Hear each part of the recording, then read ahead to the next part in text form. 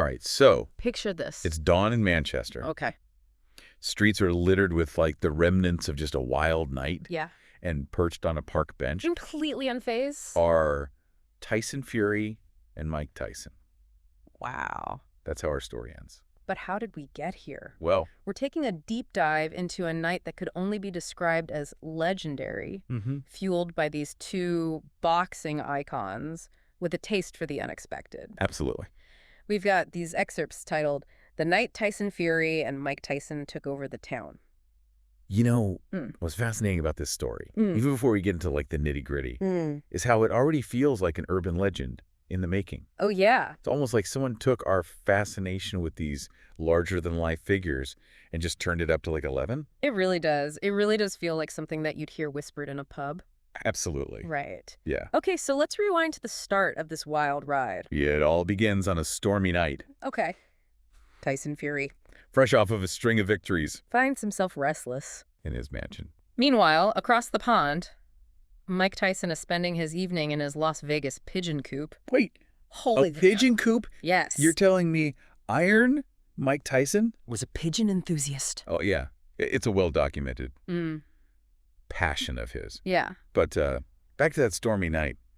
Fury, feeling that itch for something unforgettable, picks up the phone and calls the one person who might understand that feeling. Yeah. Mike Tyson. I can only imagine being a fly on the wall for that conversation. Right. So what does he do? Does he launch into some elaborate pitch about painting the town red? Not quite. The story says Fury simply lays out his desire for a legendary night. Okay. And Mike's response is simply, say less. Wow. And just like that, The stage is set? there's something so effortlessly cool about that. Right. Right? No need for big speeches. They just get each other. They just get it naturally. So Mike Tyson touches down in Manchester in true Iron Mike fashion. Of course. All white silk tracksuit. Gold chains are glinting under the runway lights. Yeah. And Fury, not to be outdone, picks him up in a customized Rolls Royce.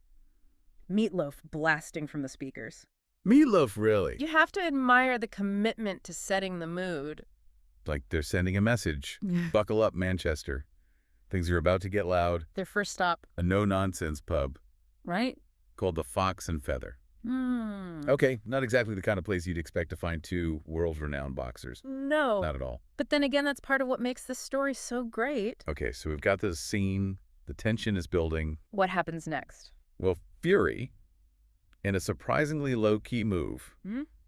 orders 2 Guinness. Okay. It's almost like he's trying to blend in Yeah. to be just another guy at the pub. Right. Yeah. But of course, it doesn't last long.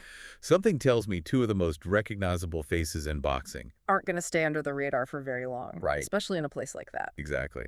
The story describes the pub's atmosphere as being thick with anticipation. Oh. It's like everyone in the room knows something's about to go down. And then, like a scene from a classic Western, one of the bouncers, Oh, here we go. a man described as a human tank, decides to make his presence known. He approaches Fury and Mike, giving them a hard time about having outside drinks. Oh, this is where it gets good. I can practically hear the record scratch as everyone realizes that this bouncer has just picked a fight with the wrong 2 guys. So what happens? Does Mike Tyson unleash his infamous fury? He does, but not in the way you might expect. He responds with this disarmingly polite but firm refusal to back down. Okay. You get the sense that he's humoring the bouncer. But there's a steeliness in his voice that speaks volume. It's that quiet confidence, right? That I could end you with a single punch, but I'm choosing to be polite energy. Exactly. And for a moment, Hmm. you think maybe, just maybe, things will simmer down.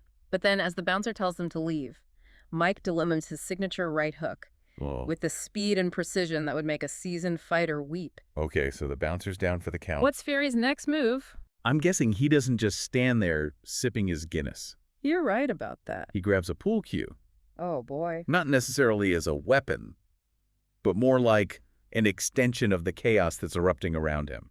The story says he handles it with this surprising grace, almost like he's fencing, Oh, wow. weaving through the crowd with an agility that belies his size. And all this while chaos is breaking out around them. Oh, yeah. I'm starting to understand why this night became legendary. Wait, is that Eye of the Tiger I hear in the background? Of course it is. Just as Fury sends another bouncer flying, the jukebox, as if on cue, starts blaring that iconic anthem. You can't make this stuff up. You can't. It's like someone yelled action. And the whole pub transformed into a movie set. That's a great way to put it. This is incredible. So at this point, it's safe to say that things have escalated. Beyond a simple misunderstanding. Oh, yeah. What's the reaction from the rest of the pub goers? Are they running for the hills or are they cheering these guys on? Oh, they are absolutely loving it. The story describes a mix of shock and awe. As if no one, including the bouncers, expected this turn of events. Right. But there's a certain energy in the air, a sense of gleeful mayhem that's contagious. I can see how that would be infectious. It's like they've become conductors of chaos. Yes. And everyone in the pub is along for the ride. But what about the pub owner? I'd be having a minor panic attack. Right. If two boxing legends were demolishing my establishment. The story mentions the owner, a guy named Dave, being caught between this panic and this bewildered amusement. It's like he knows he should be stopping this. Right. But there's a part of him that's captivated by the spectacle of it all. And that's when Fury, in a move that can only be described as peak Gypsy King energy, decides to buy the pub. Just like that. Well, problem solved. Wow. He whips out a stack of cash. No negotiation. No hesitation. It's an incredible power move, wouldn't you say? Almost like he's saying, we're not just here to break the rules. Yeah. We're here to rewrite them.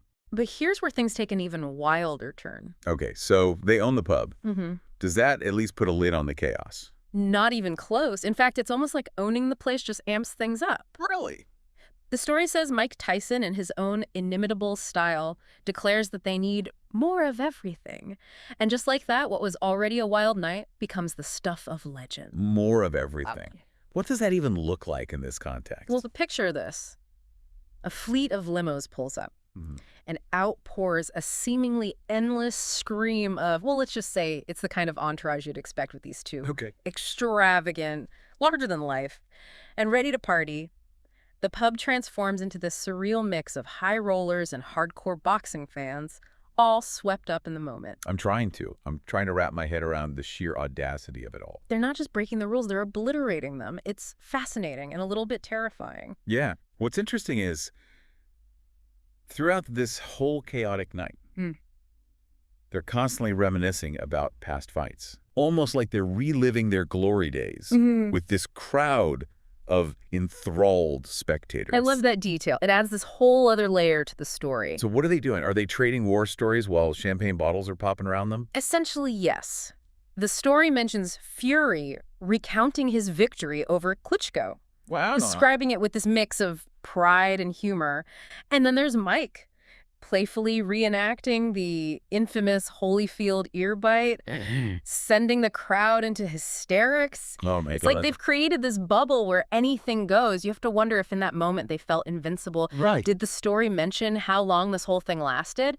Because I'm picturing them shutting the place down. Oh, this wasn't even close to being over. Really? The Fox and Feather. Yeah. As wild as it was just the first stop on their grand tour of Manchester. Hold on. So they basically took their act on the road. Yes. That takes some serious confidence. Or maybe just a blatant disregard for the consequences. I think it's a bit of both. Remember, these are two guys who climbed to the top of the boxing world. They've stared down their fears and come out on top. It's not that they don't understand consequences. Right. It's more like they exist on a different plane. One where those rules don't quite seem to apply in the same way. Yeah, that makes sense. So how does the rest of Manchester handle the Tyson Fury and Mike Tyson pub crawl experience? From the sounds of it, they embrace the chaos. Wow. Word spreads like wildfire, and soon every pub they grace with their presence becomes standing room only. It's like they've become folk heroes, leading this rebellion against the mundane, if only for one glorious night. That's an interesting way to put it. A rebellion against the mundane. It makes you wonder. Were people drawn to the spectacle of it all? Or was there something deeper at play? Were they living vicariously through these two? Even if just for a few fleeting hours. That's the beauty of this story. It's open to interpretation. Yeah.